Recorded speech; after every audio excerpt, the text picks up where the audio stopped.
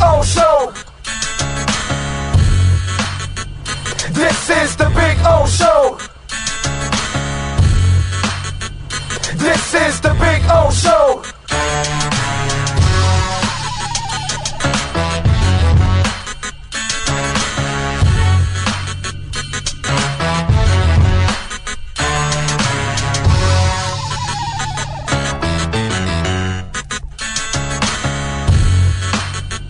This is the Big O Show. This is the Big O Show.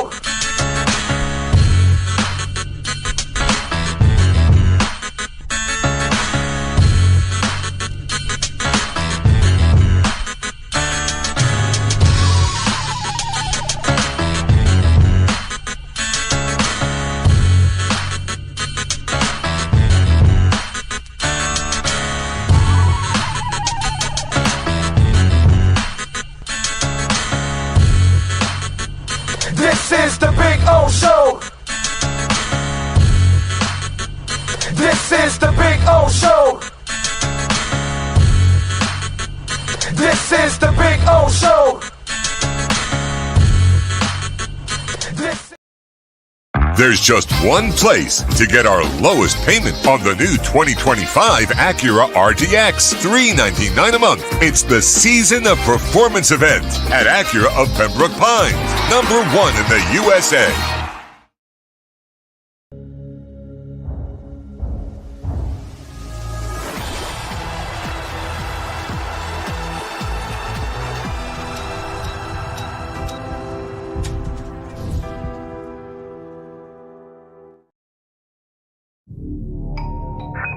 I think I know what this is. Houston, we have a package. Hello? No matter where you are, the Sloman Shield home security system guards your home. With next-gen perimeter protection, 24/7 monitoring, and interior motion sensing. And right now, get a free Sloman Shield security system and doorbell camera, all professionally installed, for free. Shield your world, the Sloman Shield. For over 16 years, EJDConstruction.com has provided South Florida residents quality craftsmanship, accurate project management, and exceptional service. That's why EJDConstruction.com is an A-rated member of Angie's List and the Better Business Bureau. When you're looking for the right custom home builder for additions or home remodeling, please call my friend Eric at 305-433-4843. That's 305-433-4843 for EJDConstruction.com. The lost city of Atlantis reveals its secrets at Toyota of Hollywood. Get legendary deals on over 2,000 Toyotas, like a 2024 Corolla, not $24,000, $20,988. Unlock the wonders of 0% financing for 5 full years, 0 down. Rediscover Atlantis at Toyota of Hollywood on 441 between Hollywood Boulevard and Sheridan Street. Open till midnight.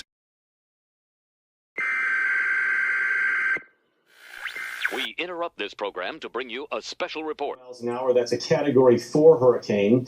3 deaths are reported in Florida after more than 24 were killed in the Caribbean. This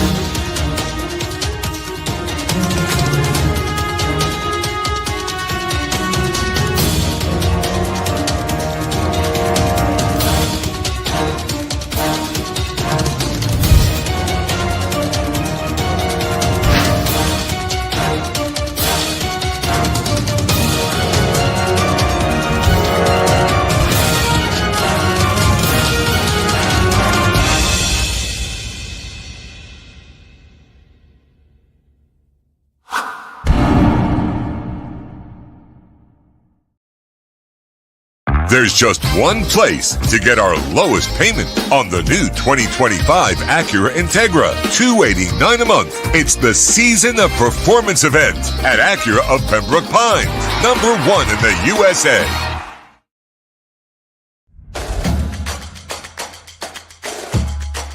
Welcome to Caneswear. New store, new items, same great experience. Family owned and operated since 2010, Caneswear has the latest merchandise from the Miami Hurricanes, Miami Dolphins, Florida Panthers, Inter Miami CF, and more. Come visit us at our store in Davie on University Drive, just south of 595, or online at caneswear.com. Caneswear, the spot Miami fans shop. After 40 years, the Big Cheese Miami is still producing great Italian food. They started in 1984. Since then, they've been winning awards while being voted the best inexpensive Italian restaurant in Miami. Visit them for great food, amazing service. Witness the decades of Cane's memories. The walls are like a Miami Hurricanes Hall of Fame. The Big Cheese delivers anything on its menu or party platter menu to your home, office, or even a park for a picnic. Located at 8080 Southwest 67th Avenue, Miami. Call 305-662-6855. TheBigCheeseMiami.com, where they serve large portions at family prices.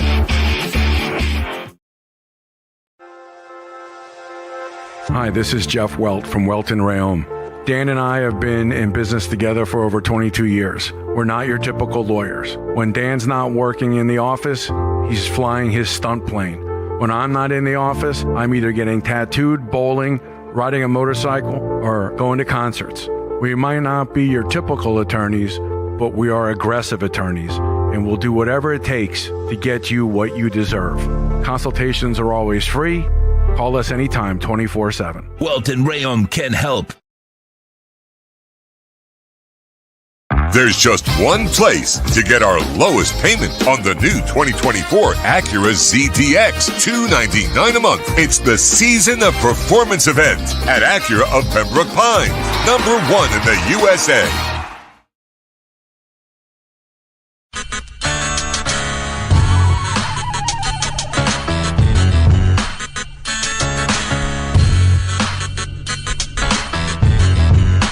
This is the Big O Show. If you're looking to take your home or business to the next level, then RM Contractors and Custom Drywall can assist you. RM specializes in new residential turnkey, new commercial turnkey, home and office remodeling. Call them for free estimates. Serving all of South Florida, licensed and insured. Call Ray or Mike, 305-345-3649. You work hard to create the perfect atmosphere. You dream it, we'll build it. RM Contractors and Custom Drywall, 305-345-3649 or Instagram at RMC Fisher Island. The viewpoint statements or beliefs expressed on the following program by the host, guests, or callers are not necessarily the opinions of FantasyXS.com, Media Group Inc. ownership, management, sponsors, or website. Miami Dolphins fans, time to rock out with another Dolphins pregame show. Big O and the boys are ready to give you the latest information, injury news, gambling insight as we get ready for kickoff. The pregame show is brought to you by Welton Rayom, Toyota of Hollywood, Acura of Pembroke Pines, Hialeah Park Casino, RM Contractors. The broadcast is mastered by executive producer Sean Stanley. Here's your host, the Big O, Orlando Alzugari. All right. It is a Sunday. It is game day. We get ready for little Dolphins and Patriots. We'll see if the boys can keep some hopes alive for the playoffs. And, listen, if you want the Green Bay game to matter, if you want the two Jets games to matter, if you want the Houston, San Francisco, Cleveland game to matter, you got to win today. And that's kind of where they're at right now. And if you lose next week and in 4 days, then that becomes an even bigger problem, because then you lose against a quality team. And then that really puts you behind the eight ball, because it kind of kills your momentum. So today, It's about keeping our hopes and dreams alive, as slim as they may seem at this point in time. As I've told you, I just want to focus on they've improved as an offense. Okay. Defensively, they are what they are. I don't think you can do much more than what they are. And this happens when you have when you have changes at coaching and you change a completely different style, then all of a sudden your certain players aren't going to fit, like a David Long did not fit what Weaver wanted to do. And so you end up parting ways with him because it's better to part ways with him because he doesn't fit what you want. And this happens every time you make a change in coaching. And now you want to stay with coaching that works. You know what I'm saying? And we've watched Mike McDaniel now adjust to what defenses are doing. So we'll see what happens. We'll see what happens today. Hopefully they can get a victory. We'll get you the inactives in a few moments. Appreciate you all out there as always. Thank you for tuning in. Let's see what we got. The Heat, by the way, back in action tonight. Canes won last night, so that's good. So we've got that for you. We'll go over the 3A graphics sports calendar in a few moments. Miami, by the way, is favored by 7.5. The over and under is 46. Miami is now plus 295 on the money line. I'm sorry, minus 375 on the money line. New England is plus 295 on the money line. And we'll see Drake May start for the Patriots, the former North Carolina Tar Heel. Those of us that are Canes fans, we watched him for several years with North Carolina. And a change that they should have made a long, long time ago. I don't know why they stuck with Jabroni, but they did. I'd almost wish we were playing Jabroni today, to be quite honest, instead of Drake May, because the kid does have some skills. So we'll see if Miami can get it done. They don't have a great receiving core, so I expect them to use Hunter Henry and Austin Hooper as weapons against the Dolphins. The Dolphins have struggled to cover the tight end. We talked about it on Friday's show, how New England is going to attack Miami. And I would imagine that the running game is one for sure. But Hunter Henry and Austin Hooper, they've got 100 targets amongst them. And for a young quarterback, one of the things that you want to do is develop high percentage passes for them. And throwing to your running backs and throwing to your tight ends is a high percentage pass for all quarterbacks. But especially a young quarterback, you want to use those safety valves a lot because they're shorter passes. They're closer to him because they're all within inside the middle of the zone, pretty much, instead of you going on the outsides. Although May's got no problem going on the outside, but he has nothing special on the outside. So Hunter Henry and Austin Hooper will definitely be a part of the mix. And Miami has struggled to cover the tight ends. So this is going to be a little bit of a challenge, for the Dolphins. And I would imagine this is what we're going to expect, right? I'm not breaking any news to any of you out there. We follow the team. We see it. We know they struggle to cover the tight ends. And this is actually the strength of the receiving core for the New England Patriots. So you do it's easy math. We should see a lot of action to the tight ends. So the linebackers and safeties are definitely going to be tested in this one today. Who knows? Maybe you bring in Holland to cover up one of the tight ends if you want. You could do that. Let me go on the chat board here. Stephen Harris, rise and shine. He's number one. He's feeling good today. Let's see if Tua does own the Patriots. He's 6-0. Jeff in Long Island is in the house. NorCal is splashing in. George Grass, Jay Gelfin. I was hanging out with Jay yesterday. We went to the Fort Lauderdale United game yesterday. Unfortunately, the DC Power got to win late, man. Sucked. But it was a fun place. It was good. It was good. They've done a nice job with it. George Grass, Cameron Gillis, Greg Chafin is in Ohio. Yeah, well, I would imagine they're going to run the ball. Run the ball, a lot of short passes, all that kind of stuff. Same kind of game plan, because I'm sure they'll use some kind of a shell up top and try to keep everything up front. Lisa Rose, Greg J. Brian Landis has a 28-17 win. Gus 1388. Jake from Pallettown says, I leave Wednesday for Green Bay. I need that game to matter a little bit. Well, let's win today, and it matters a hell of a whole lot. That's the beautiful thing. Why did they have to give us the third game? Why couldn't they give us the first game? That way we're done, and then I can get ready for dinner. Yeah, they gave me a game that's right in the middle of the pregame show. Because we eat late. So it's like right in the middle of the pregame show. It's all about me. Come on. Jesus, NFL. Don't you know?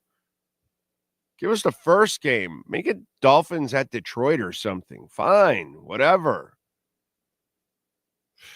Jesus, you gave us the third game?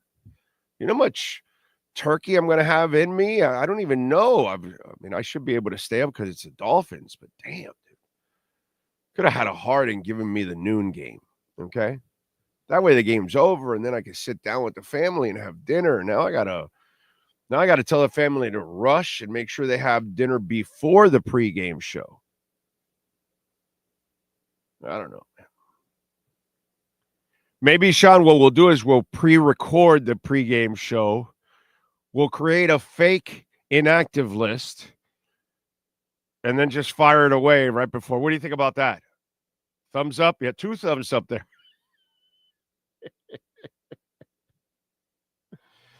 Oh, man. Anyway, let's see. Frankie Val, he thinks it's too late for the playoffs. Arizona Fanatic, keeping faith and hoping momentum builds. Big O trap games. There's no trap games, Michael. Trap games are for good teams. The Dolphins are 4-6, dude. Get your head out of your ass, my brother. Trap games. Trap games are for teams that actually are really good. Like they're coasting, they're playing well, and then they overlook somebody. Who the hell can the Dolphins overlook? What are you watching, dude? What are you watching? There are no trap games for the Dolphins for the last 30 years. You know what they are? They're losses because they suck, because they've been mediocre, because they rarely ever make the playoffs. And when they do, they get their asses handed to them because they barely even belong in the playoffs. What the F are you watching, Michael Lombardo? What are you watching, dude? Who do you think you are, my brother? Huh? You're not allowed to thump your chest about the Dolphins, my man. The Dolphins have been mediocre for 30 years. They don't beat good teams for 30 years. They only beat shitty teams for 30 years. And when they lose because they've been a mediocre organization forever, my brother. They don't overlook anybody. They're not good enough to overlook anybody. And any fan that thinks they're good enough, that's the problem with some of our fan base. You people, some of you are too delusional, like Michael Lombardo. Trap games. Give me a break, dude. Trap games are for good franchises. We don't have one. Billy Shaw, Bradley Maddox. It's always good to wake somebody up because you'll get woken up on this show. The woke won't survive here. Jose Cardenas. The Oats are going to try to apply to the Finns what Georgia Tech did to the Hurricanes and keep Tua out of the field. Well, we'll see. Yes, sir. Ian Rappaport came out with a report today. I don't know if you've seen it already. Okay, never mind. All right. I got stuff to say. It's on the headlines when we posted it. It's there. Just not in a hurry to talk about it, but we'll talk about it.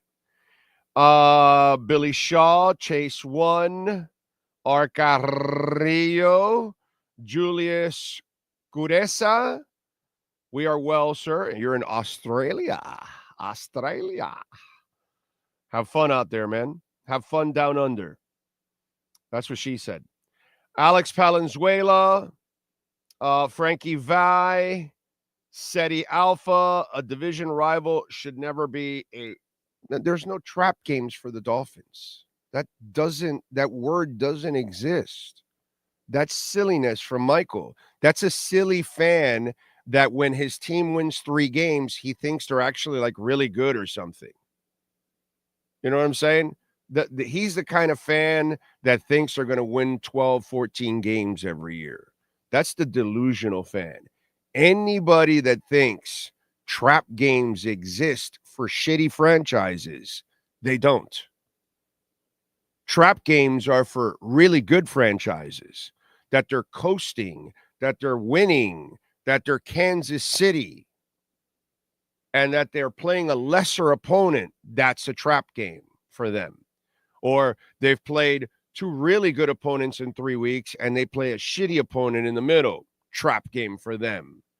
When you're a shitty franchise, like the Dolphins have been a shitty franchise for 4 decades, pretty much, okay? Really, they've been a shitty franchise for a long, long, long time. They have destroyed everything. Shula kind of started destroying what he built, and then everybody else has finished off everything that they built. Not sure if you need a wake-up call, you can come to this show. We'll give you a wake-up call. Okay? We'll give you a wake-up call. I'm not sure if you remember, like, our team just choked out everything at the end with Shula, and we have choked out everything with everybody else after that.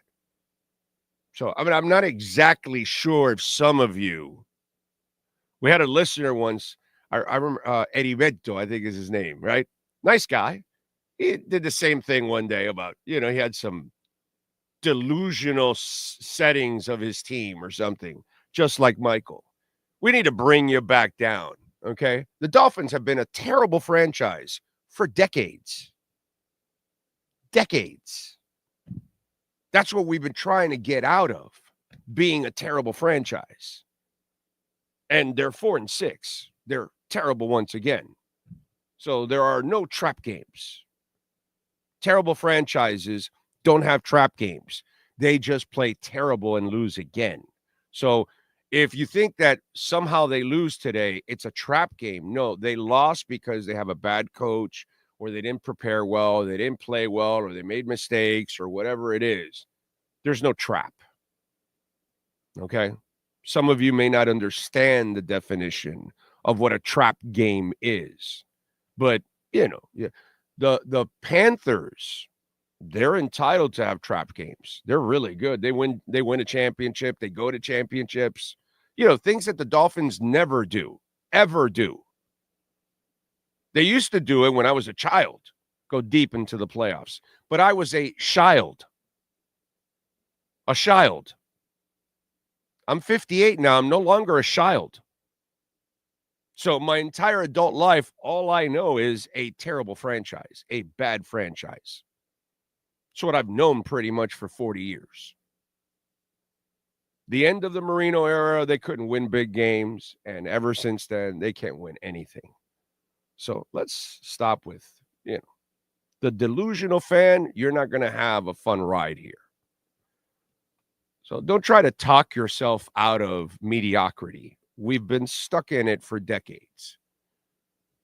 Decades. We've been stuck in it. Anyway, Brian Radke is in the house.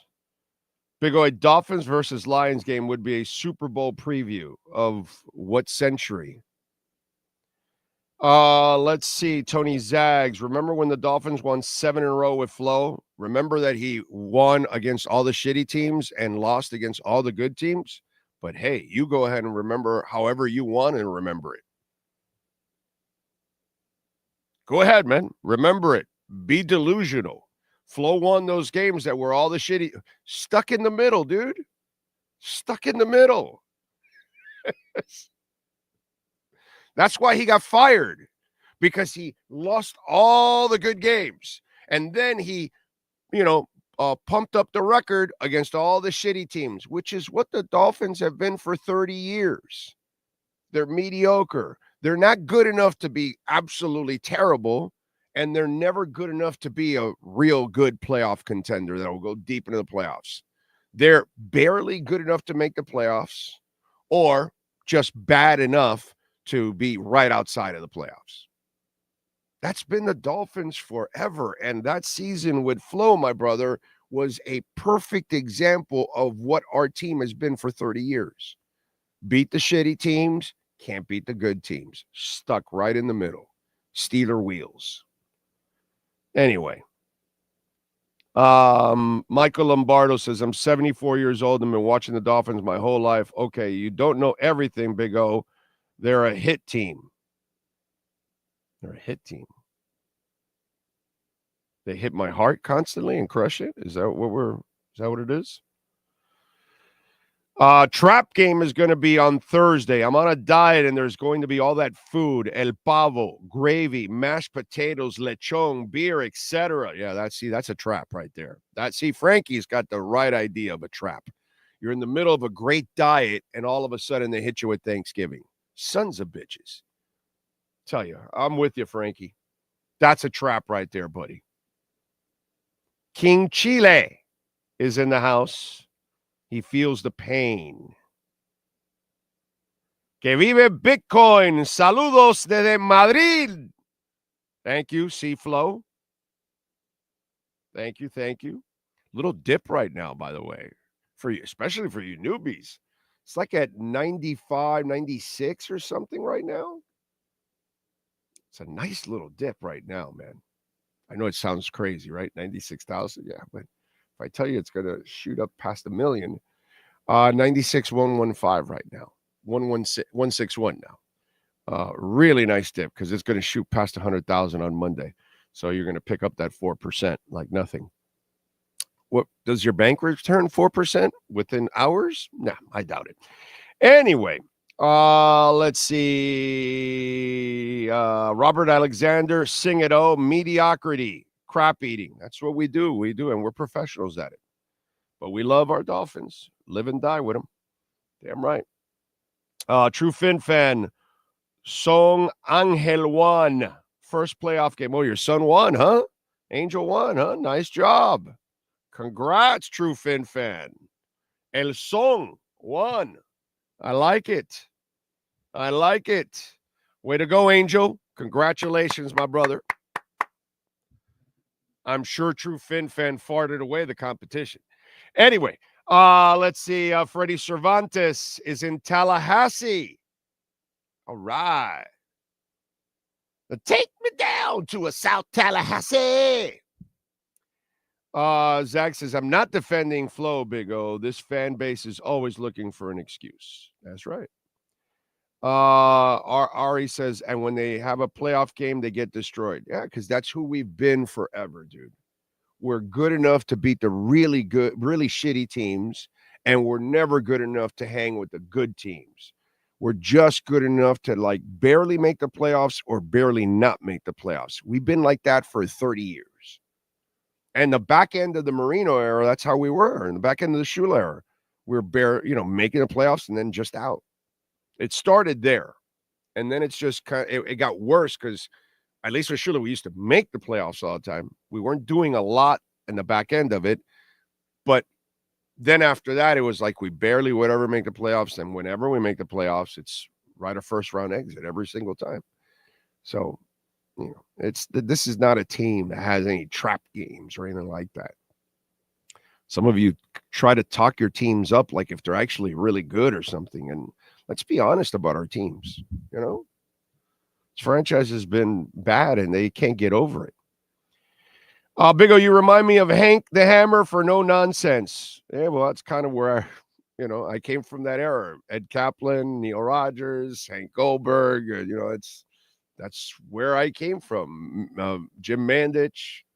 He's the guy that will be in the middle of the broadcast and say, this performance has the stench of manure. or something like that, That's same thing. All right, what the hell is that just came in on the chat board there, Sean? You want to block this asshole? I thought they had to sign up and subscribe. So this asshole subscribed to do this? Oh, no, it was. I hit the wrong thing. I put it for 5 minutes or a minute instead of 20 minutes. So my fault. I got it now. Okay. All right. So that's why the bots got in, because you got to subscribe in order. And that's what's eliminated. That little trick eliminated all the bots that we used to get all the time. So I want to make sure there we go. Bots are gone. I don't like bots. Let's see. What else do we have here? Brenda Radke says, good morning, Big O. Getting ready to start buying Bitcoin. Well, Brenda, let's go. Let's go, Brenda. Good luck to you. Good luck to you. You're not even late at all. I believe you'll 15x from here. Everybody else, everybody's pretty much convinced we'll go to 1 million by 2030. I think we go to 1.5. I think we're at 250,000 by June. Okay. I told you at the beginning of last year that we would be at 100,000 at the end of the year. And we're going to make it with a month spare, because we'll be at 100,000 on Monday or Tuesday. Guaranteed. Guaranteed we'll be crossing 100. We're going to blow past 100,000. So I think we'll be at 250. I think serious greed is coming in. I think other countries are going to see what the U.S. is going to do with the reserves, and they're going to do the same thing. And because there's a finite amount, as I've been telling you guys for 5 years now, get your slice of the pie, because your slice of the pie is going to explode to a blimp size. Whatever pie you get, it's going to multiply like rabbits.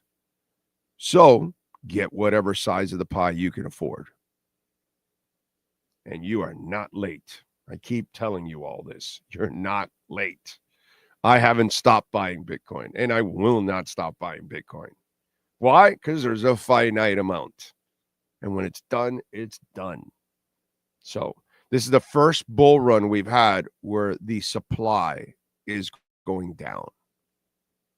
Okay. And the exchanges are at all-time lows. And the second the orangutan gets put into office, they're going to go buy Bitcoin. And that's going to jack the price to kingdom come, because other countries are going to do it. So I'm just telling you, giving you the warning. I've already warned you ahead of time. You would have been already here to 100,000, 95, 98, 99, whatever. We haven't gotten 100 yet, but that's right around the corner. So I told you at 16 that it would be at 100. I'm telling you now at 100 that we're going to be at 250 by June 30th. And we'll be at a 1.5 million, I believe, by 2030. Okay? But I'm not a financial advisor. Never have been, never will be. You all do your own homework. Let's see what else. No more crypto talk for the rest of the show. Let's see. You shocked him, Big O. Thank you. I am younger, but I remember the tail end of Shula era. Yeah. Shula just didn't have once he lost all his personnel people from the 70s and early 80s, it took a toll on him the rest of the way. And then in the back end of his run, they threw in the salary cap on the old man. And then that really threw him, that just got him completely whacked out, because he had to deal with another monster. And by the time he left in 96, he left a massive, massive cap problem for Jimmy that he had. Jimmy did only two good things he did. One, he built the defense. That was a hell of a defense. Got to give him credit for that. And he cleaned up the cap. That's it. He couldn't do anything on the offensive side. But he did leave a legacy for a defense, at least. He was a disaster on offense, and he was a disaster in the playoffs. But I give him credit. At least he did, and that's because of the defense. That's about it, unfortunately. But yeah, it's been frustrating for us for 30 plus years, man. It's been very frustrating. Even in the early 90s when the Dolphins had a pretty decent team, the juggernaut of the Bills was there. And, there was no way Miami could compete because they didn't have the defense to compete or the running game to compete with that. They needed a monster defense and a running game, two things they've never had in the Marino era. Ever had. They never had a running game and they never had a real good defense. So, what can I tell you? It's rough. It's been rough for all of us, man. It's been rough for all of us. Reggie Baptist is in the house. Miguel Garcia. Context.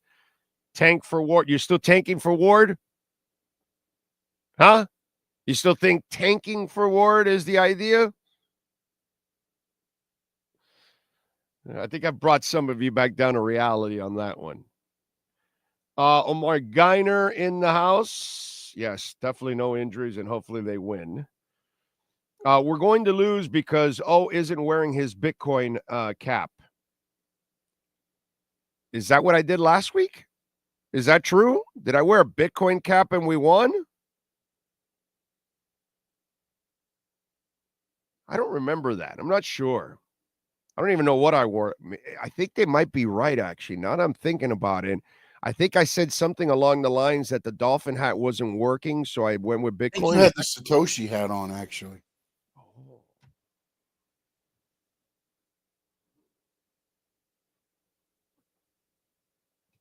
Okay. I'm trying to go back now to see what hat you're wearing. Hold on. I don't know if you heard me. I'm going back now to see what hat you had. I heard you.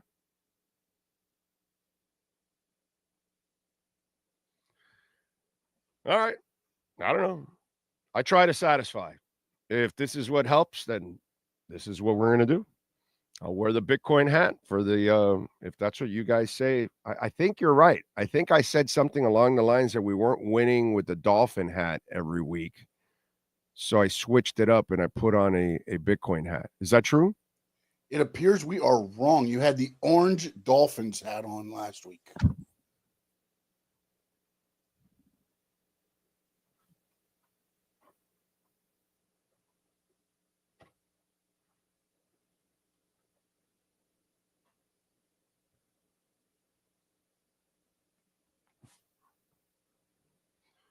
All right.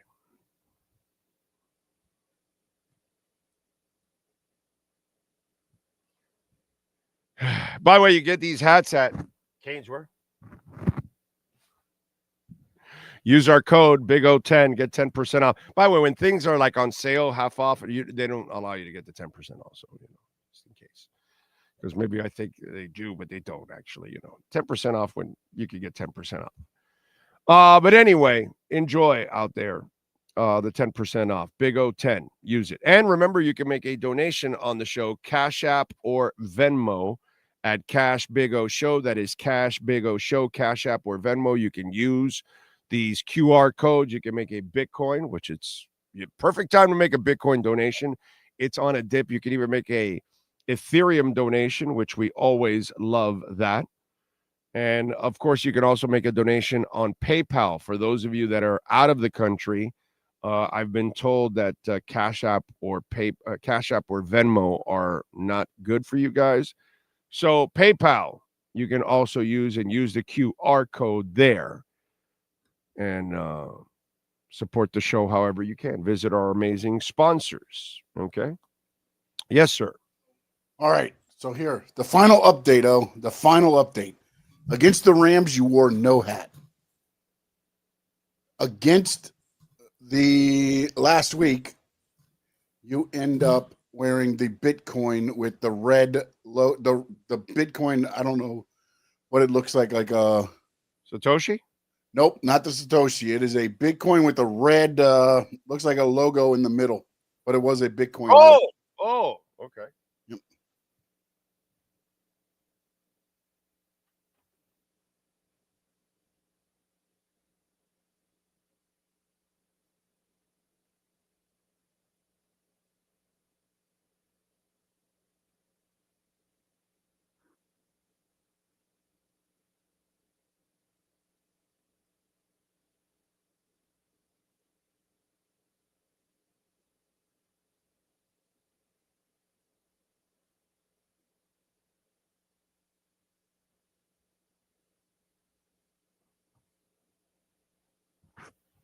I don't know, man. I don't know what did I wear this? That's not the one that it was. No. Hold on a minute. Let me see if I can get a close up of it. Oh well, whatever. Either way. But I've mixed it up. Maybe that's what it is. Yeah. It actually, you know what it is? It's the bull with the bead in the middle. That's what it is. Yeah. All right. Well, we do have inactives. Why don't you give us the inactives now? And while you find the inactives, do want to tell you about R&M Contractors and Custom Drywall, Ray and Mike. They do great work, complete remodel, kitchen upgrades, waterproofing the terrace, balcony, flood test report. That stuff is impressive. I've seen the videos for it. I don't own a condo, but those of you that own a condo, yeah, you need a flood test report. That'll help you for your insurance. And that way the water isn't going down to your, your neighbors, that kind of stuff, and creating a bigger problem for you and your insurance company and your neighbors. And, they'll look at you with a fisheye. So call Ray or Mike, man. They can help you out. 305-345-3649. R&M Contractors in Dade and Broward County. Good people. They know how to get it done. All right, what's the inactive, sir? What do we got? Right. We got running back Jeff Wilson, cornerback Ethan Bonner, cornerback Kendall Fuller, linebacker Mohamed Kamara, offensive lineman Andrew Meyer, tight end Jack Stoll, wide receiver D. Eskridge. A lot of the usual suspects. Yeah, pretty much, except for Kendall Fuller, of course, which now Storm Duck, I would imagine, is the starter, and then we'll see if Cam gets any playing time throughout. Let's just hope for no more injuries. You know what I mean? Because if they're actually going to pull this thing off, which I would love for them to pull it off, because obviously I would love to be wrong and them have a winning season and get to the playoffs at least. Even if I don't think they can make much of it, I'd rather at least do that. If you're going to try to do this, make it happen. You know what I'm saying? It would be nice, but we'll see what happens today.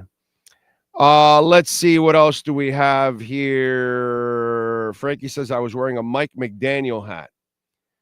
Sofla Don is listening while tailgating. Thank you. Chase One says, you're spot on. Fins are either barely in or barely out. Never horrible, never great. Yeah, we're stuck in the middle. Steeler Wheels. That's all. The name of the band is Steeler Wheels, and the song is Stuck in the Middle. It's the same song Michael Madsen was dancing to before he cut the guy's ear off in Reservoir Dogs. That is the theme song of the Miami Dolphins for 30-plus years. 30-plus years. That's us, stuck in the middle. Barely good enough or just bad enough. It's insanity, dude. But it's our reality, unfortunately. We won several times with your gray hat. Well, we won last week. I didn't have a gray hat. And the week before we won, and I didn't have a hat. So, I had a blue hat last week and no hat 2 weeks ago. So I think I'm going to start just changing it up. That's it. Change it up. A better question is, what hat was Big O wearing last time we won a trap game?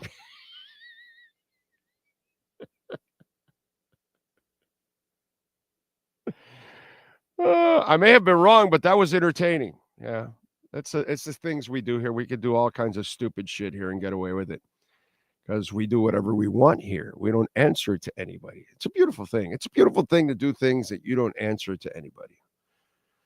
You know how hard it is being a Dolphins fan in Ohio to get merchandise? It's either Cleveland or Cincinnati. Hey. Caneswear.com. That's right. Use the code BIG010 and you can get some Dolphins gear there. Okay? So we're looking out for you with a discount. And by the way, if you go over $99, you'll get free shipping. You can get a lot of the hats that I wear. Not all of them. I can't tell you I bought all of them there because there are some that, you run into. Sometimes I find a hat that I love and, they may not be carrying it. But most of the hats I wear, except for, of course, my Bitcoin hats, they're not from there. Let's see. XRP to the moon. Good for you, Fern. You people that hung in there with XRP through everything, God bless you, man. You people are studs. Let's see. What else do we have? Well, let's get to a story that broke this morning from our buddy Ian Rappaport, who reports that he apparently cock-blocked a deal. That's the case. I don't know if this is the case or not, but I've got plenty to say here if this is the case. And it's an interesting story because, one, Chris Greer had a 5th-round pick, a trade set. And so this is how it goes. If they need something or the coach needs something, then the front office goes out and gets it and says, okay, this is what we got. It's not the coach saying, I want this specific player or I want to trade that player specifically. Or it's usually the front office that does that. And then they talk with the coach about the player that they have incoming. Does it fit? Yay or nay? If not, we'll make a move for somebody else, that kind of stuff. So apparently he was taking calls for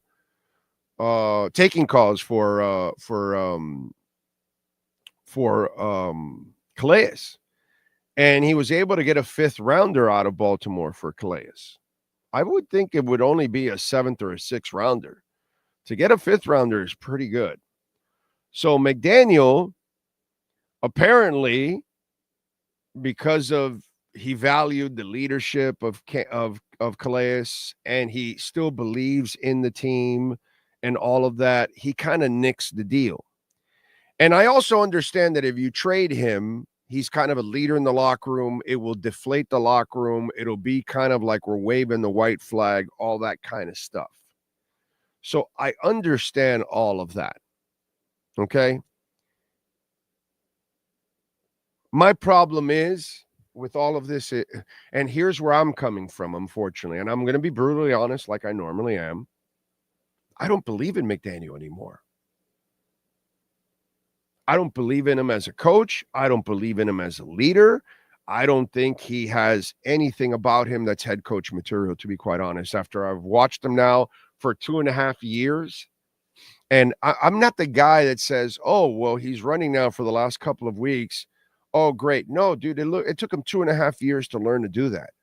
And he should have done that. And it might have kept actually he might have avoided a concussion or two if you would have had this style of game, early on. Oh, and by the way, if you would have had this style of game early on, they wouldn't be playing the shell on you because you have bombarded them for 1.5 years, almost 2, with big plays. So they finally said, let's put the shell and let's end this shit. But if you would have been mixing it up all the time, they wouldn't have been able to just put the shell out there because you'll run on them. And when you could run in the first couple of years, you shied away from it.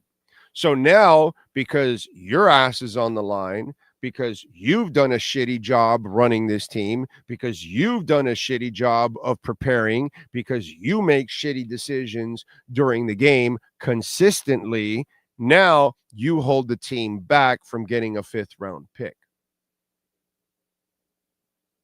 And a team that desperately needs as many picks as possible because they're tied to so many salaries, okay?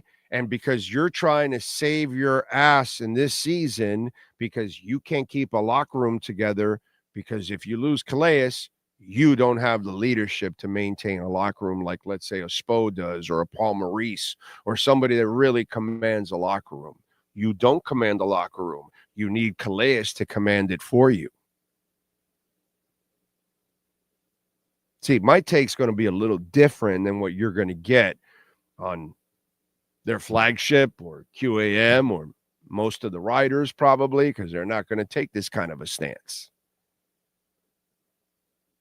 So for me, I would say that this was a mistake by the front office in this sense that you listen to the coach.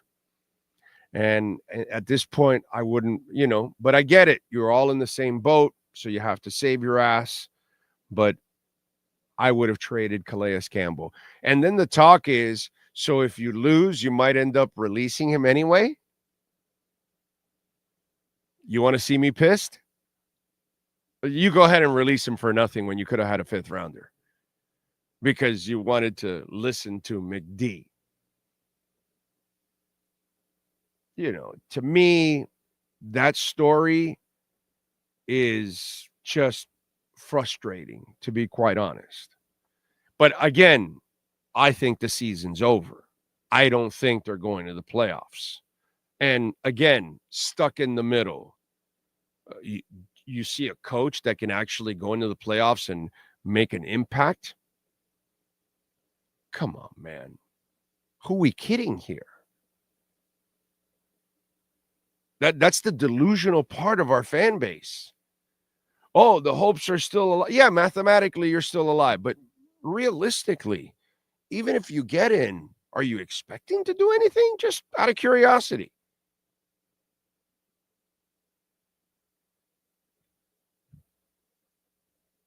You still don't have a pass rush. How do you get through an entire January and February without a pass rush?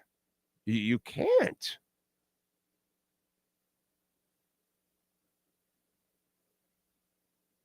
So that's where I'm at. To me, a 6th or 7th rounder, I'm like, yeah, okay, I get it. You want to hang on. A 5th rounder, I'm like, whoa, wait a minute, dude.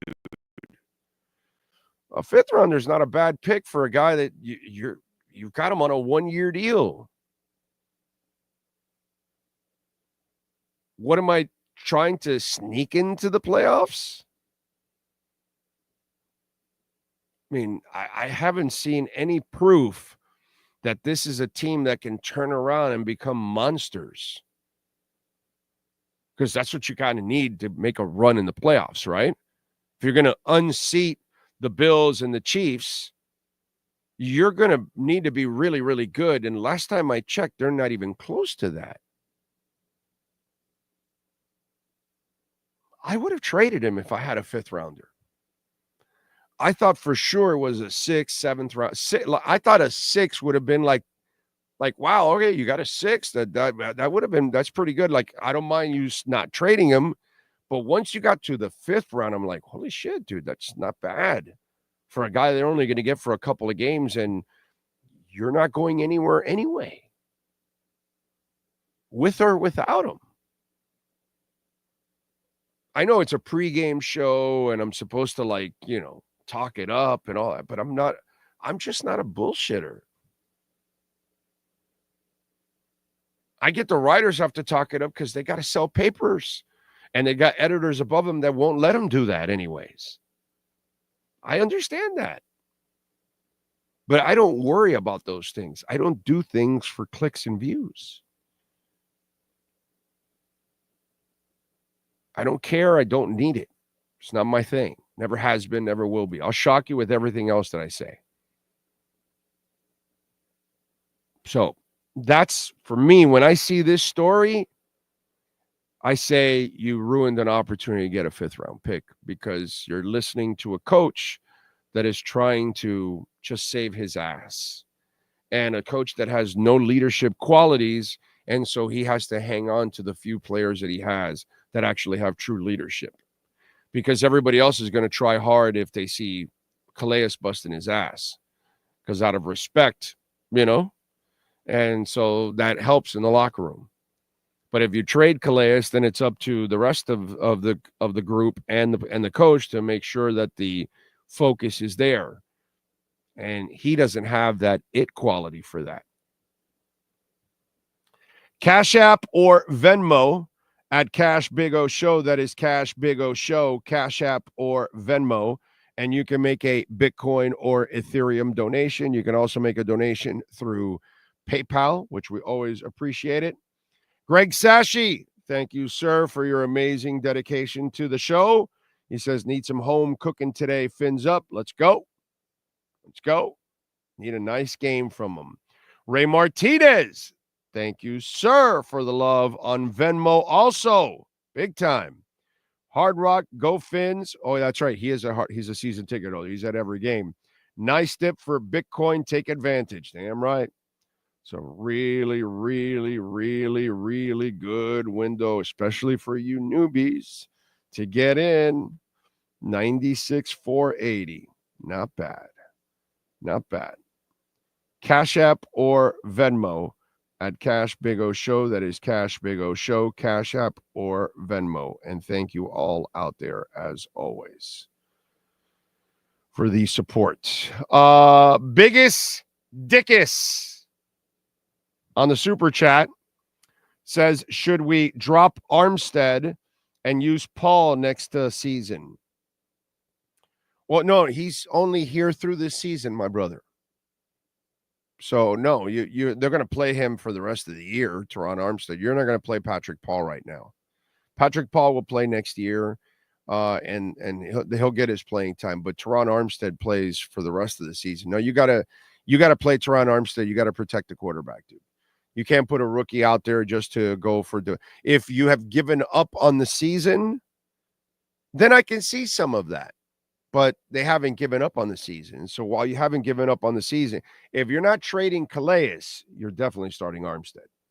You know, and Armstead is signed through this year. He already renegotiated the contract where he's done after this year. So the option is there for him to step away. That's kind of set up for him that way. So he will play out. You know what I'm saying? And a guy like that who has given everything and has played injured and all of that, you must respect that. He's been here long enough. You got to play him. You need him on that line.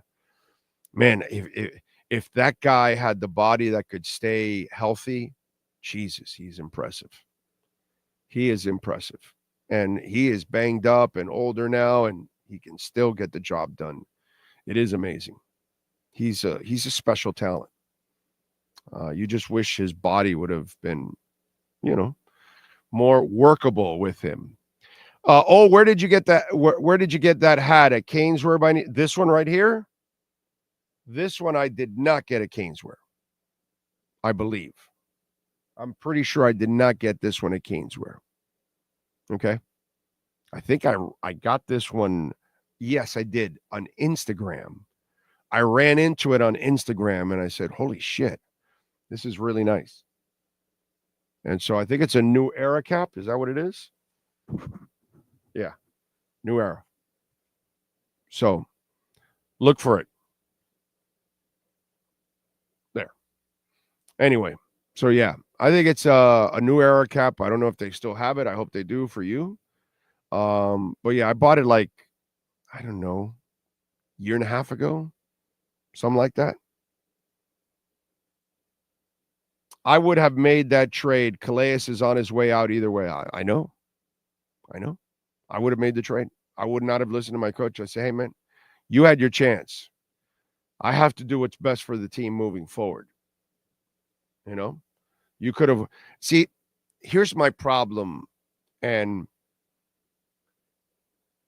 if I'm Chris Greer, I'm so pissed at McDaniel. It's not even funny. You've lost 4 games that we should have them. This shouldn't be a 4-6 team. This should be an 8-2 team right now. This guy lost 4 games that he should have won because he's a bad coach. And that to me, and I get it, the front office hired him. But I'll give you an example. And I don't have any proof of this, but I'm going to go off my history and the environment I've been around and I've seen it.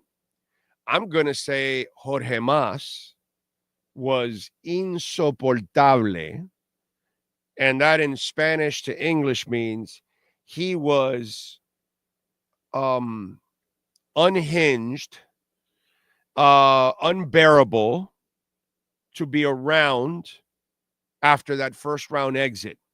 And for him to see Tata's face, I would imagine it didn't put the Moss brothers in a very good mood. And they hired him. Because Henderson didn't hire him. These guys hired him because they did what Messi wanted. But they fired his ass too. And, they could tell me all they want that he's stepping down, personal reasons, this, that bullshit, dude. Those two were freaking pissed. They spent a lot of money. They look like horses' asses to the other owners in the MLS because the amount of money they spent compared to the other owners was 4 or 5x. And you couldn't get out of the first round, brother, that's embarrassing. Who do you think is going to pay that price? It's going to be Tata. So, to me, that's the proper response by the Moss brothers. I would have mother effed. Well, you guys know I wasn't even a Tata fan during the season. He was pissing me off the way he was coaching. And then they turned it around and all that and started playing well. And then this happened. So, and if I'm Chris Greer, I would be Jorge Mas. I could not look at Mike McDaniel in the face. He would know I'm so pissed at him. He would know I'm so disappointed in him. He would know when I look at him, I'm going to look at him with a face like, yeah, dude, I effed up hiring you. Because they effed up hiring him.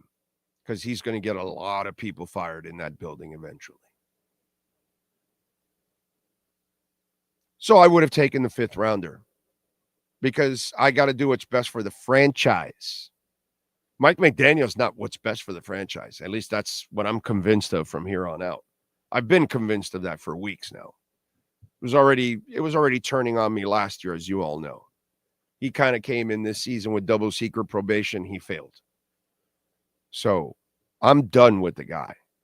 And that's where I'm coming from when I explain this to you.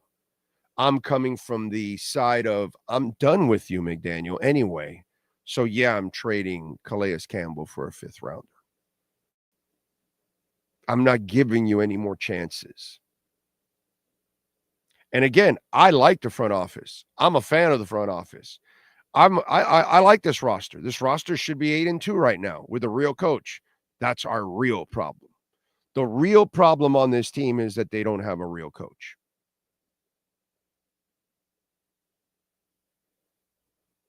So, what can I tell you, ladies and gentlemen? That's my opinion, and I'm sticking to it. Ocala Joe says, agree 100%. McDumbass has been given the weapons to have and had a better season and just doesn't know what to do with them. Even Philbin or the mustache would have killed to have this team. Oh, yeah. Definitely. Yep. To me, coming into the season, it was win the division or bust. Yeah. I'm good with that, Greg. I'm good with that. You had to win playoff game this year. And that would, if you win the division, you're going to win you would have been good enough to win a playoff game. But last year, what happened? You folded like a cheap 10 at the end. You lost the division and you lost right away. You're out. So same thing here. You had a chance and you blew it. And Buffalo went past you again and is by far the superior team. Yeah, there's no other way of looking at it.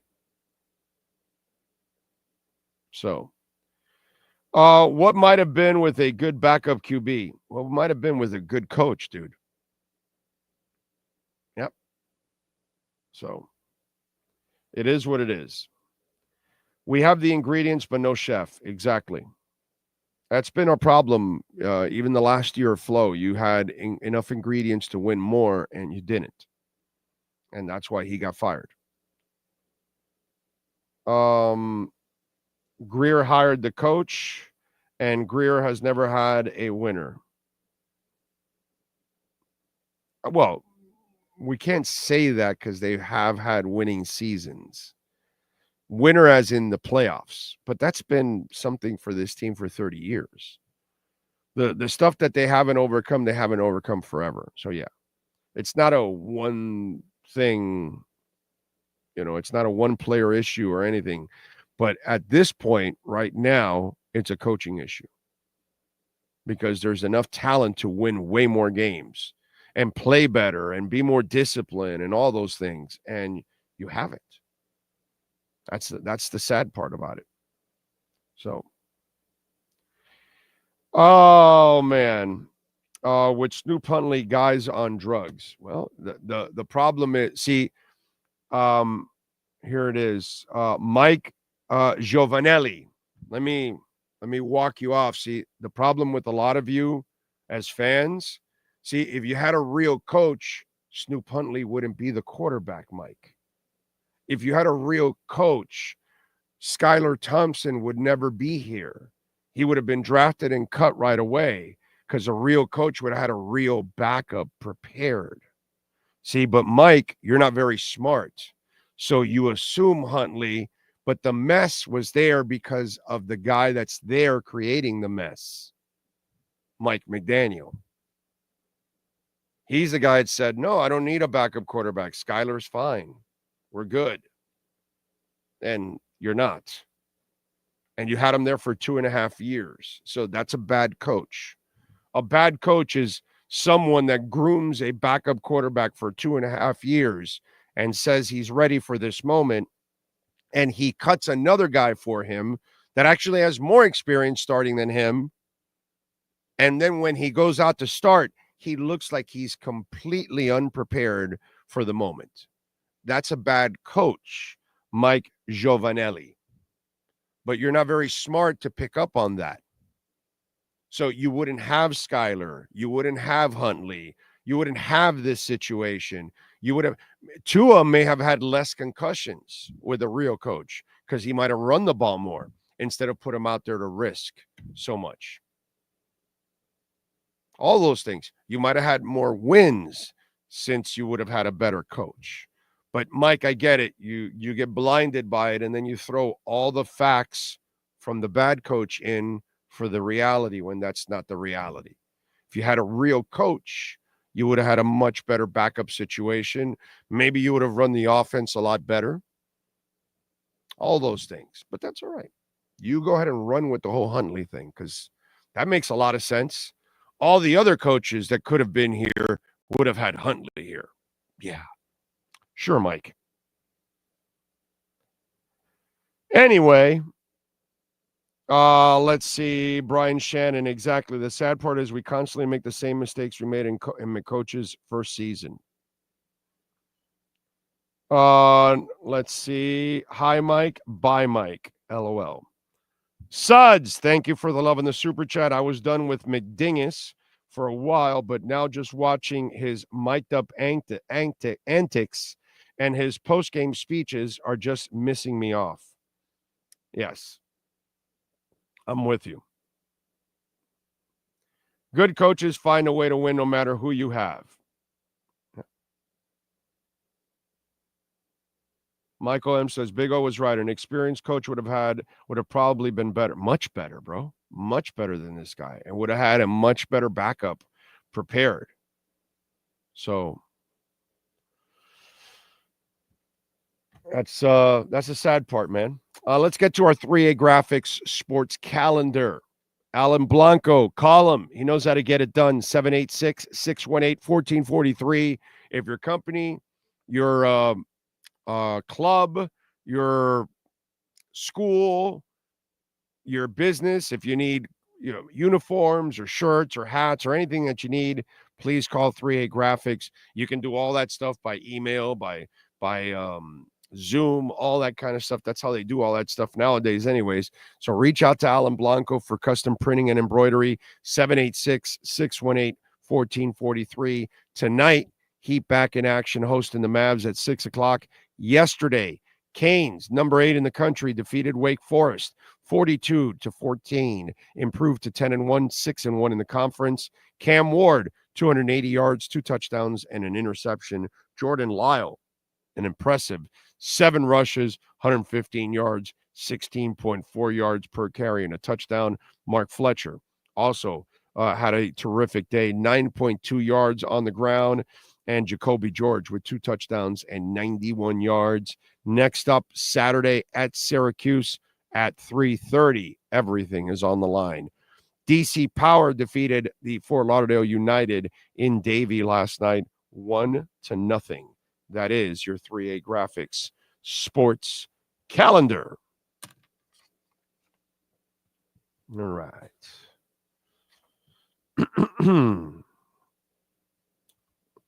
What do we have here? So, question I have for you guys.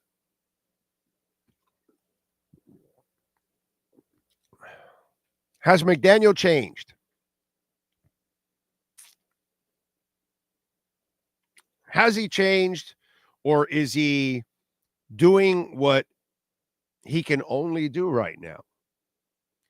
To his credit, he's done a marvelous job, I'll be honest, of adjusting to the shell that they have to keep everything in front, and he's done a really good job overall. I am concerned at times if this will be habitual or this is just, something that he's doing at the moment, because I've seen a very stubborn man for the first couple of years. And will he force that issue if he starts getting those opportunities once again? There's nothing wrong with doing it off of play action. That makes all the sense in the world. And I don't know if he'll ever be given that opportunity again to be able to play that game where he's able to constantly go deep, because they're just not covering it that way. You know what I'm saying? But to his credit, he has adjusted. Now, there will come a time in the game where it's going to be about doing the responsible thing or taking a wild and crazy chance, which will come from the past. So that moment will happen. Don't know if it'll happen today. Don't know if it'll happen in 4 days in Green Bay, but it's going to happen at one point this season again. It's going to rear its ugly head, and it's going to be interesting what he does. It's kind of those moments like in the Green Bay or Buffalo of a few years back when you were punishing them with the run, and then all of a sudden you decided to drop it and start taking chances. And here's the other thing. If you're having success with the short passing game, with the tight ends, with the running game, but all of a sudden that opportunity is there, do you take a bite of that poison apple, or because they're trying to bait you into it, or do you stay with what's working? Because that's the other thing, that when it's working, there's no reason to let it go. And you want that big time passing game. You need it. You need chunk plays. But the beauty is that comes off of the style that you're currently running right now. So we're going to find out. It's going to happen. The moment is going to happen, and then he's going to have to make a decision. And it's kind of like watching me around food that makes you really fat. Okay. All right. There's some donuts there. Okay. All right. All right. I'm going to treat myself to 1, not 3. That used to be my problem. I'd treat myself to 3, not 1. And so, now I cheat, but okay, I'm not cheating all day now. That's the difference. And that's what got me to, 290 pounds, 287, 88, or whatever the hell it was. Now I'm in the 230s. Okay. Why? Because I have not given into that temptation. So I want to see what happens with McDaniel. Is this habitual? Is this just something that's circumstantial or necessity? But you're not doing it because you really feel that fundamentally this is the best thing to do for the team. And it is, by the way. It certainly is. This is the kind of offense that you need. in December and in January. But the beauty is because you have the big passing game that goes with it, you're going to be able to play off of this. So the idea is to pound the shit out of them and drown them into this where you're finally getting them to come in. And when you do, that's when you're going to hit them over the top. And that's when I hope that Jalen Waddle steps up in a big-time way, because Dolphins desperately need him to step up in a big-time way, because you can't expect Tyreek with that wrist injury. As I told you last week, you look at most of the passes are all for him to cradle them. You know, I know the guys talked about pregame. He was doing this, but he hasn't been doing that in the games that much. Hopefully the wrist gets better with time, or maybe it doesn't. Maybe it's just he's able to deal with it a little bit better. But most everything's been body catching. So you need Waddle. And you need Waddle to step up in a big-time way, man. So let's see if McDaniel has changed. We'll see how the rest of the season continues.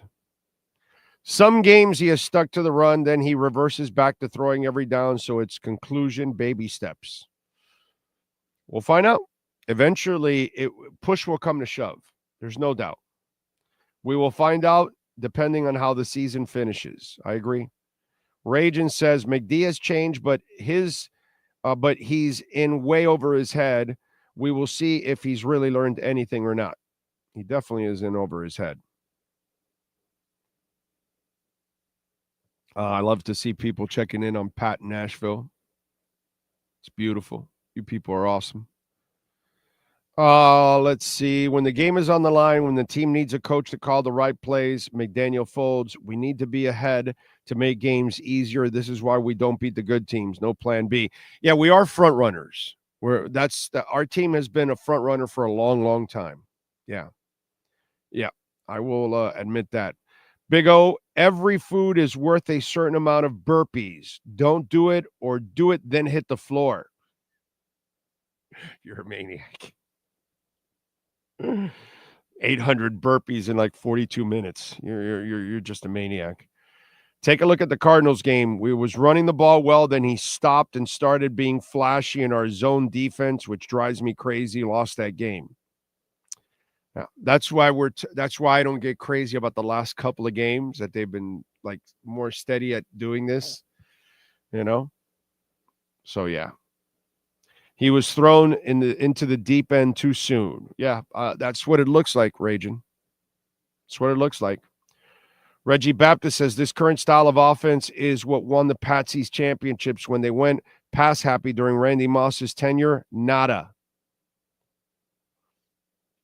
Can't argue with any of that, Reggie. I expect a 500 run for the rest of the season. Yeah, well, that's not good. You can't do that. They can only lose like maybe one game, and that's about it. And even that, I don't even think they can lose a game, to be quite honest. But whatever.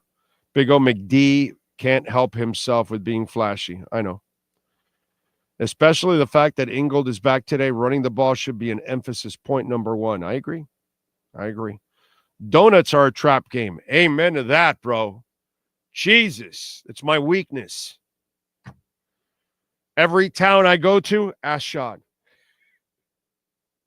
Where's the mom and pop donut place? What's the good donut place here? I'm going to Buffalo, Tim Hortons. Tim Hortons coming down to, well, not South Florida, coming to Florida. I don't know where it is, but I forgot where it was that I read, but I think it's like Central Florida or something like that they're first coming to, I think. Tim Hortons coming down to Florida. Wow. You know, I may drive just to Orlando and make a trip, lie to the wife and the daughters, hey, let's go as a family to Disney World for the weekend. And we're there for Disney World, but little do they know I'm really there for a Tim Hortons glazed donut. So, Tim Hortons, if you're looking for a sponsor here in Florida, no bigger and real sponsor than this gentleman right here. Okay, well, guy, gentleman's kind of a loose term for me, but this dude right here, okay, perfect sponsor for you, okay, because I've been promoting Tim Hortons for years. So why not join the show, Tim Hortons? If you're coming to Florida, Sean and I are ready to go do the show live for the grand opening at Tim Hortons. Okay? Just want you all to know out there. If anybody's listening in the Tim Hortons world, okay? And thank you for bringing Tim Hortons to Florida. Long overdue, bro. We deserve Tim Hortons like in every corner. Plus, the coffee is out of this world. So lots of people love the coffee. I am in love with their glazed donuts. They're amazing. That sugar they use, it's distinctive. Just nothing tastes like a Tim Hortons glazed donut. It's really, really good. Tim Hortons is from Canada. Yes, it is. And it's delicious. Mojo Donuts does a good job. I like Mojo Donuts. But I'd rather have a Tim Hortons glaze over Mojo. Just to be honest. Got to be honest. Going to Houston game in December. First time in Houston. Any recommendations for food? Oh, man. God, I don't remember when I went for the East West Shrine. I did eat at the steak place that's like an it's a chain. So, you know, I'm not going to tell you to, oh my God, you got to go have that because everybody knows it's a good steak place. I forgot, and I'm forgetting the name of it now. It's really like a C, I think. I know I've eaten it. They have a location in Orlando. They also have the one in Houston. They have one in Orlando. I don't know if they have one here in Miami. I'm not sure actually if they have that steakhouse in Miami, but they do have one in Orlando. And I've eaten at that one in Orlando several times. So I ate that one in Houston. It's right across from the W. If anybody lives in Houston, you know what I'm talking about. There's a Killer's cigar bar also just down the street from that W. But I don't remember, man, I can't remember restaurants when I went to Houston at this point. I'm sorry. I apologize, bro. Can't help you with any food recommendations. Just don't remember. But I'm sure we have somebody that's watching or listening from Houston, and they can post something. Dandy Donuts. Ooh. I was in Dandy Donuts yesterday. We have Dandy Donuts here this morning. Yep. So now that you mentioned that. Now, Dandy Donuts, that's a huge weakness for me. I love Dandy Donuts. Oh, man. The real trap is how I'm going to stay awake on Thanksgiving night to watch the game when the turkey hits. I'm with you there. Ohio has some great donuts, especially in Columbus. It's called Zombie Donuts. We hit one in when we were, what was it, in Akron, or was it, where was it when we were up there for the Hall of Fame? We did hit a donut place. But I don't remember. Do you remember the barbecue place? That barbecue place was pretty good, Sean. That little hut. It was like a white building in green, and it was a nice barbecue place there in Akron. Or, yeah, in Akron. It was in Akron. No, it was in Canton. It was in Canton. Oh, no, it was right outside of Canton before you got to Akron. Oh, okay. There you go. On the way back to, yeah. I think it's like a tourist destination because they have a lot of shirts and stickers and shot glasses. So, yeah. But I cannot remember the name right now. I'm trying to find. I remember I grabbed a sticker or something. I can't find it. And I did hit a donut place, a mom and pop donut place there also, and it was good. They had a good. I'm a boring guy. I get the glazed donuts. There's one in Tampa, I believe. Well, there are no Tim Hortons in Florida yet. They just wrote a story that they're going to build one somewhere, I think in Central Florida, I think it is. Today is the last day for Mojo Donuts in the Miami area. Really? What a shame. What a shame. They should move a Dandy Donut down to South Florida. That's what they need. The Dandy Donuts are all in North Broward and Palm Beach, Southern Palm Beach County, pretty much. They're all the way up there. So, yeah.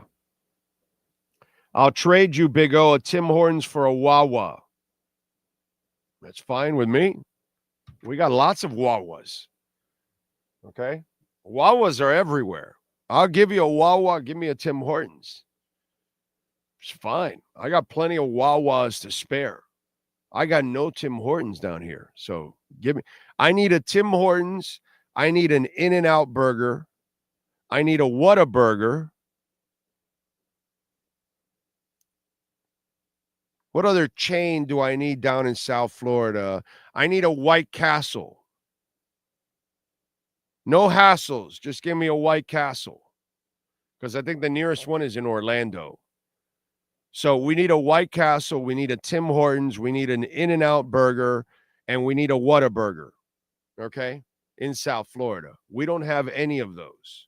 So let's go. Make it happen. What's wrong with you people?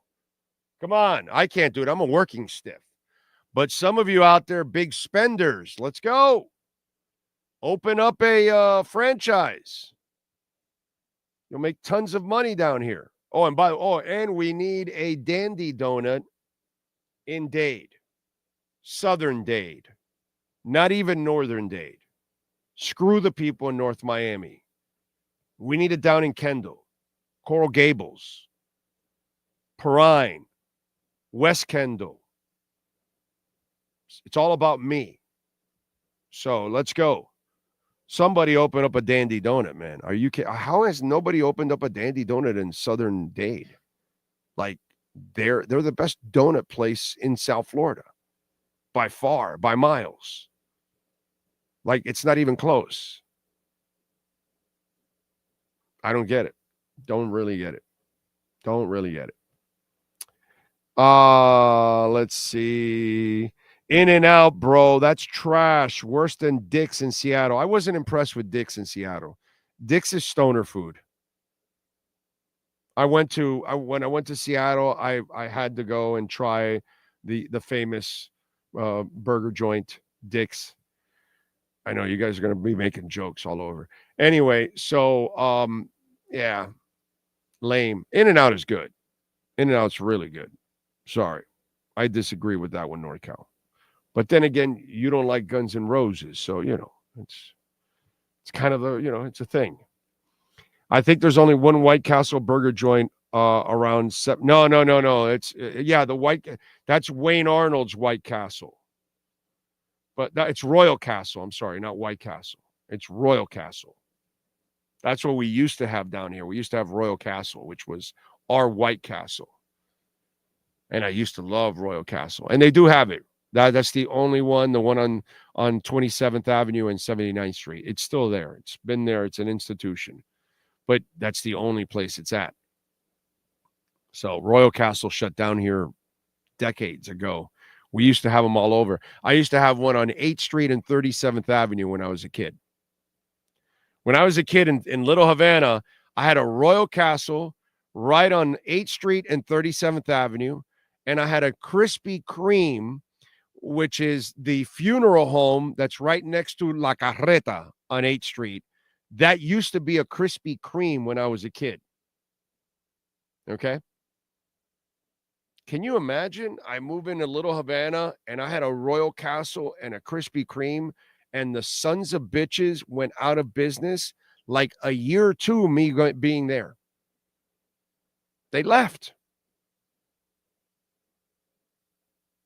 So dead, it became a funeral home. Ba-bunch.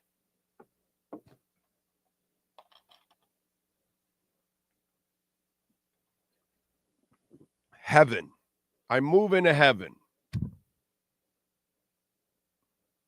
Little Havana had a Royal Castle and a Krispy Kreme a block apart from each other. Can you imagine? Can you imagine True Fin Fan going there to have a couple of Royal Castle burgers, then go to Krispy Kreme, and then torture his family at home? It's amazing. You know you'd be farting up a storm there, True Fin Fan. You missed out when Tim Hortons used to make everything fresh that morning. Now they are fast foodish and went downhill. Oh, really? Well, I don't know, dude. All I know is I walk in there in the morning and I grab a fresh glaze and it tastes great. That's all I can tell you. I can only tell you what this fat guy enjoys. A glazed donut from Tim Hortons. Now, if you're going during like when it's cold, yeah, the donuts don't stay fresh very long in cold weather. You know what I'm saying? But if you get them fresh after right when they come out, oh, they're good, man. They're good. They're good. Las Vegas has everything, Big O. You name it, it's here. I know, Miles Deep. I know. You know, when I get off the plane, I hit In-N-Out right on Tropicana on the other side of the strip right away. So, yes, I know. And you got White Castle there. I know you got White Castle there, too. I know you got it. But you don't have Tim Hortons. They're not out west. They're not out west. That's the only thing. You're missing Tim Hortons. Let's see. What else do we have? Hialeah has Moro Castle. It's good. Yeah, I saw it. It's but I'd rather go to Chico's. Chico's is 2 blocks away from Moro Castle, you know? So yeah. I used to go to the original Moro Castle down on Northwest 7th Street. That's the one off of 27th Avenue, which is like 25th Avenue, I believe, something like that. That was the original Moro Castle. We used to go to around 2, 3, 4 in the morning, go have what's it called, a milkshake of mamey in the middle of the night. Straighten your ass out, boy. Yeah, they closed down Crystals here, man. Unfortunately, there was one in Fort Lauderdale, and it's no longer there. That's it. Big O, when is Fiji Water sponsoring the show? I don't know. Too extreme. I don't know. I've been drinking Fiji water for years, and they get free pub on this show for years. Millions of views for free on Fiji water. So they should be a sponsor. They should be a rock solid sponsor of our program. Jesus. As much money as we put into Fiji. Damn. Oh, In-N-Out is building an office in Tennessee. Opening stores there as well. East Coast expansion coming. I read about the In-N-Out in Tennessee, in Nashville, that they're going to, which is cool. Which gives me another reason to go to Nashville. God, I've been dying to go to Nashville.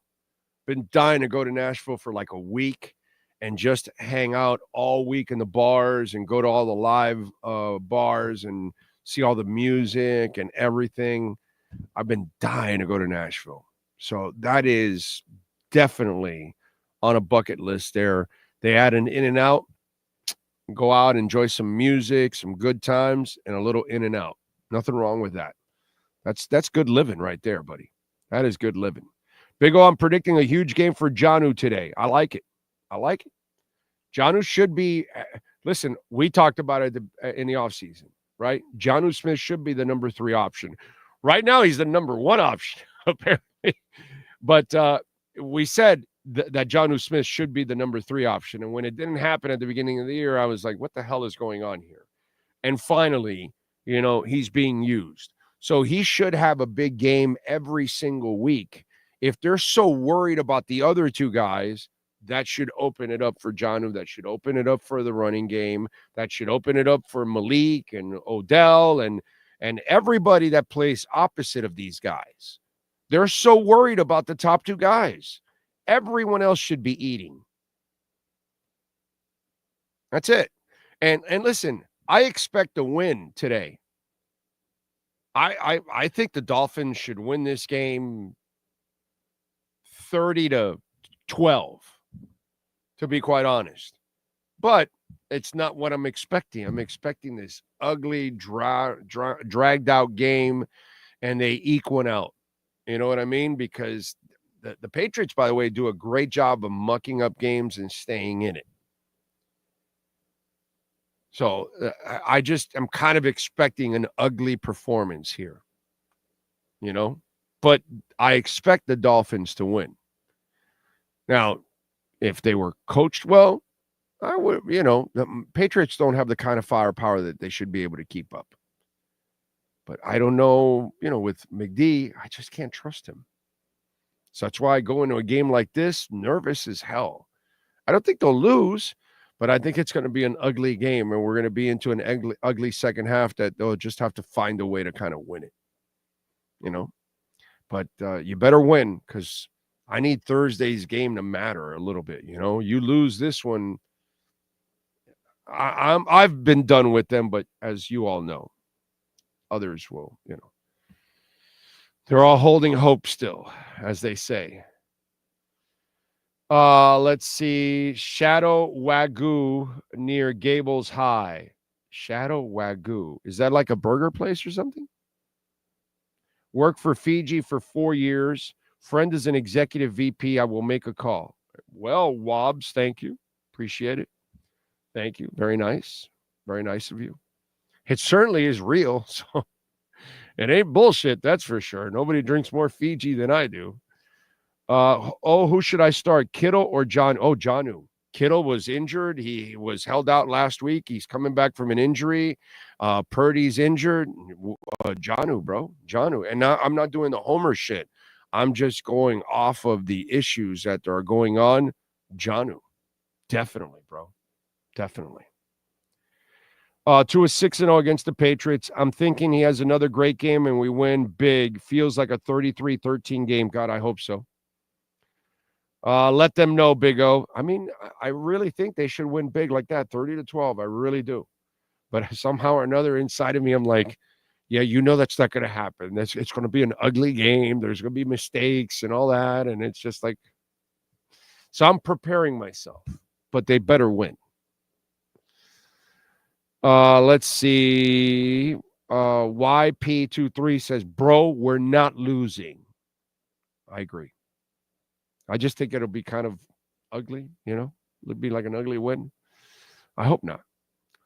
Wob says, I offered you Blues Club tickets where I worked in Jersey and can get you some of the top 10 best pizza. Top 10 national best pizza. Oh, Blues Club. Oh, I remember that. Thank you, sir. Very nice. Very nice. Very nice, Wobbs. Appreciate you, man. I hate that we have to be nervous about beating the shitty Patriots. I know, but this is what we have. Nashville has a great Pat, that's all. Yeah, well, you're a music guy like me. So people like us, we want to go to Nashville. You know? That's why I love whenever there's a trip to LA, you'll rarely ever see me pop in and out. I've only done that one time, and I did it because a friend of mine wanted to badly go to the Kiss concerts in Vegas and LA. So I went with him because I don't mind. I want to go see Kiss. I saw him in LA and in Vegas, and we traveled, and okay, great. And we traveled right back. I cringed when I did it, but I did it. But every time I go to LA, I go for a week because I know I'm going to see a bunch of shows. And when I was going to Seattle, I knew it was a great music town. So I said, forget it. I'm going to see a bunch of shows. And I did the same thing in Seattle. And if I go to Nashville, it's the same thing. I won't go to Nashville for a day or two. I'm going to go for a week because I'm sure I'm going to be able to see live acts in the bars. And I'm sure there'll be a concert or two during that week, you know, in Nashville. But yeah, man, Pat, I don't know how I haven't gone to Nashville yet. That's wrong of me that I haven't been to Nashville and partied for a week there, you know, because I'm sure once I go, I'm going to want to go back over and over and over again because I'm sure I'm going to have a blast in a place like that. So let's see. We better use Jonnu. They will fin base. They will. He's part of the matchup nowadays. I can see them losing today, says Ragin. I mean, I get what you're feeling, but I don't think they're losing today. I think they're winning. I'm just kind of afraid of like an ugly win, you know? It's kind of what I'm expecting. Hey, my wife wants to know, what do you think of XLM crypto? Stellar Lumens is the competitor to XRP. It's running hotter than XRP right now, which is impressive. But XRP, now Stellar was able to make more inroads in United States while XRP was in the middle of all their legal issues. But XRP made all the inroads internationally. So I think that the Lumens run is a fantastic one. I'm impressed, but I think it's more of a short-term run, whereas XRP has the long-term run involved. And that's because they're tied to banks. So eventually, I think the XRP run will be bigger and longer and better than the Stellar Lumens. But again, if you were in early on Stellar Lumens, I would stay in it and ride it out. Okay. I don't know about getting in now after it has made such a huge run. I'm not big on FOMOing into things after they've already pumped a ton. Sean, you were going to say something, sir? Yeah, Omar tweeted out, looks like it's going to be another Storm Duck day for the secondary based on warmups, just to give you an idea. Yeah, I mean, that's writers creating, what's it called, drama off of what McDaniel says. Oh, don't look too much into Storm Duck ahead of Cam Smith. Bro, enough of this bullshit. Storm Duck passed the kid. Okay? Storm Duck's the better player right now. Maybe Cam becomes the better player, but right now, Storm Duck has made the faster adjustment, and he plays. Who's shocked by this? That's not news. You know, it's just stuff that writers want to come up with because they got to try to keep selling the season and keep you on edge. And most of you out there, fans, you don't really want to hear the truth a lot of times. You want to be lied to so you can kind of live in some fantasy at times, you know? So it's just, that's not news. Bitcoin dip at 95. Bye. Damn right. Oh, if you're ever in Charlotte, go to Gino di Pizza in the light rail station, top 15 in North America, rated by Yelp. All right. Wow. All right. I'm sure I'll end up in North Carolina again, simply because I got my man Pat in Nashville there. And I'm always willing to go travel and hang out with Pat and go to concerts with him and stuff. So I would not be surprised if I meet Pat in Charlotte one day for a concert or something like that. So that's all very possible over the next year or two. A couple of times, I'm sure me and Pat are going to be going to some concerts. What's it called? So yeah, I would not be surprised if one day I'm in Charlotte hanging out with Pat in Nashville. Let's see. Too much pop country music in Nashville for me. You know what, Ragin? That's the only reason why I like country more now than I did when I was younger, because there's more rock and pop in country. When it was all twangy, George Jones type stuff, I don't want anything to do with it. Roy Rogers or whatever. Yeah, no, that's not my kind of thing. You know? Yeah, no. That's not Rogers. It's Roy, what is it, from Hee Haw? You know, that kind of, no. Not my kind of country. So actually, I like more of the modern country that has more rock and pop inside of it. So I'm actually the opposite. Maybe that's why it's actually grown more, because it's added, hell, it's even added rap to it, you know? And because the country music itself, the music itself has expanded by adding other influences, the music itself has actually grown and probably brought in other people, you know, like me.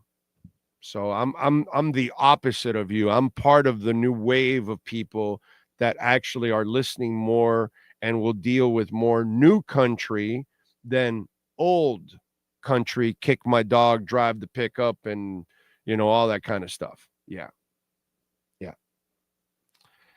Let's see. John says, she said, thank you. Oh, much appreciated. You're welcome. And good luck.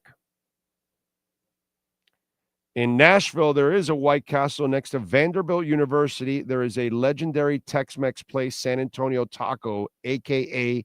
Satco. Well, you guys are giving me some tips.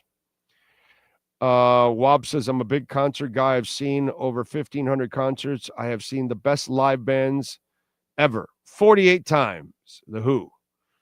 The Who don't get enough love for as great as they are, because we always talk about Led Zeppelin. You know, we always mention like the obvious ones, the Beatles and stuff like that. And I think that at times the Who doesn't get mentioned enough with them when they belong at the same level of Queen and Led Zeppelin and the Beatles and all that and Rolling Stones. The Who is right up there, dude. And it's funny how the Who is not talked enough about, right? It's kind of a weird thing. Let's see what else. Oh, Metallica's in Charlotte in May. Tampa. Well, I already got tickets for Tampa. I already got both nights in Tampa. I'm already set. Are you going to Charlotte? I don't know. I haven't gotten any tickets for the Charlotte concert, but I'm already going to Tampa. Going to Tampa both nights, and I'm going to Burns Steakhouse the night in the middle because they're there for 2 nights. They play 2 different sets, completely different sets. We saw this concert in Montreal where they did 2 completely different sets. It was freaking awesome. If you love Metallica like I do, then yeah. And then the night in the middle, the off night, I'm going to Burns Steakhouse. Definitely. Although I don't know if there's a concert do I go early to Burns? Is there a concert in the night in between? That's what I haven't seen in Tampa. I should look that up. Should definitely look that up. Roy Clark, that's the one. There. My great aunt dated him back in the day. Right. Yeah. See, that kind of twangy country, that doesn't, I don't want any of that. But modern country, Aldine and all these people, yeah, dude, I can get into the new country. I'm cool with the new country. Closest thing to country I like is Laurel Canyon stuff, like the Eagles and Linda Ronstadt. Yeah, but that's not really like, that's actually more of a country mellow rock. Like, it's not really country. You know what I'm saying? It's kind of, it's influenced differently, Because, yeah, Desperado is kind of country-ish, but, again, it's kind of rockish, too, to a certain extent. It's, what's it called? The dude that wears all black. What's his name? That he's from classic country. Damn it. Johnny Cash. Johnny Cash is from that classic country era, but yet his country had a little bit of a rock edge to it. You know what I'm saying? So Johnny Cash is a guy that I can, listen to him all day. It's different. It's a little different. So I get what you're saying, but that country is still not twangy. You know what I'm saying? It's not George Jones, type of Roy Clark type of country, that kind of stuff. So that's the way I see it. Pat says, got my tickets for Charlotte, considering going to Atlanta a few days later on my birthday. Decisions. Wow. You know what I got to do? I got to look at those dates. And then I got to look at what's going on in those cities on those dates, if there's anything also in between or around it. So that way I go for a couple of days and enjoy. You never know. I'll be able to do it back at that time because I'll be cashed out. I'll be cashed out of the market at then. That's for sure. I'll be Johnny cashed out. That's what I'll be. By the way, the Dolphins activated tackle Jackson Carman and long snapper Tucker Addington. So Blake Ferguson not getting activated, as you all know. No Isaiah Wynn. He was limited in practice, but at least it looks like he's starting to make his way back. Patrick McMorris, I would imagine he had a full week of practice. They're probably just going to give him another week because they're happy with what they have at this moment, so they're not activating him. Okay? So that's probably more of a depth decision, and they buy him another week to come back from that injury. Okay?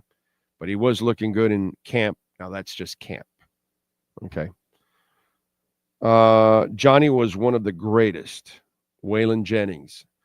Johnny Cash is God, bro. Johnny Cash is, come on, man. That's just, that's the man. That's the only way to look at Johnny Cash. He is the man. Adam Pinkser, thank you, sir, for the love on Venmo. Good afternoon, Big O. No, I don't trust McDaniel to resist the temptation to deviate from a game plan that is working at the risk of jeopardizing the Dolphins' chances of winning a game. Doesn't that suck? Doesn't that suck that you have that feeling? It's just like, it's just not cool to feel like that. You want to feel great about your coaches, that they're there to do the right things all the time. You know what I'm saying? So that's the part that kind of sucks. We will be back for the post-game show. And remember, Chris Perkins and David Furones will join us fresh from the locker rooms. And hopefully we'll be talking about a win. Thanks for the great show. I appreciate you, Cosa Nostra. Thank you, sir. Mountain Man Fishing, Johnny was one of the greatest. Nice hat. Oh, thank you. Concerts are way too expensive now. Yeah, they are. Some of them are. Yeah. Yeah, some of them are really expensive, and it's kind of crazy. And not to get too crazy on the, your steak sandwich that you buy is too expensive. The donuts I bought last night are too expensive. A hat that I buy is too expensive. Is it really too expensive, or is it that the dollar has been absolutely devalued? Just saying. When the last 4 presidents have printed 30 trillion, that's where your inflation comes from. Just saying. It's not that the concert's too expensive. It's not that the car is too expensive. It's not that your house has been increased in value so much. My house has increased like $400,000 since I bought it. Is it really worth that much? No, it's not. It's that the dollar is worth a lot less. So it's not really that everything is too expensive. It's that the dollar has been devalued. So that's why everything is expensive. So, as long as that printer keeps going. It's only one thing that outpaces the printer. Anyway. Let's go for the Dolphins. Let's hope the Dolphins get it done and get the win so we can have a happy post-game show. We'll be back to talk about that Dolphins win. Close or a rout? I would love a rout. It would be beautiful to sit back and enjoy a rout and not be on the edge of my seat. But we'll be here for you either way, whatever happens. Hopefully the only thing that happens is a win. We thank, of course, the great Sean Stanley. We'll see you post-game with Chris Perkins, David Furones, and Sean Stanley mastering the program. Don't forget, you can make a donation, Cash App, Venmo, or PayPal. Use the QR codes. We appreciate you all. Visit our amazing sponsors like the Big Cheese, like Toyota of Hollywood, like Acura Pembroke Pines. That's how you keep us afloat. We'll see you post-game. Go Dolphins. You've been listening to our Dolphins pregame show with Big O. The broadcast is brought to you by Welton Rayome, Acura of Pembroke Pines, Hialeah Park Casino, RM Contractors, Toyota of Hollywood, Caneswear, Sloman's Home Security, BigCheeseMiami.com, EJD Construction. The broadcast is mastered by executive producer Sean Stanley. Thank you for supporting the platform and our fantastic sponsors. Go Fins!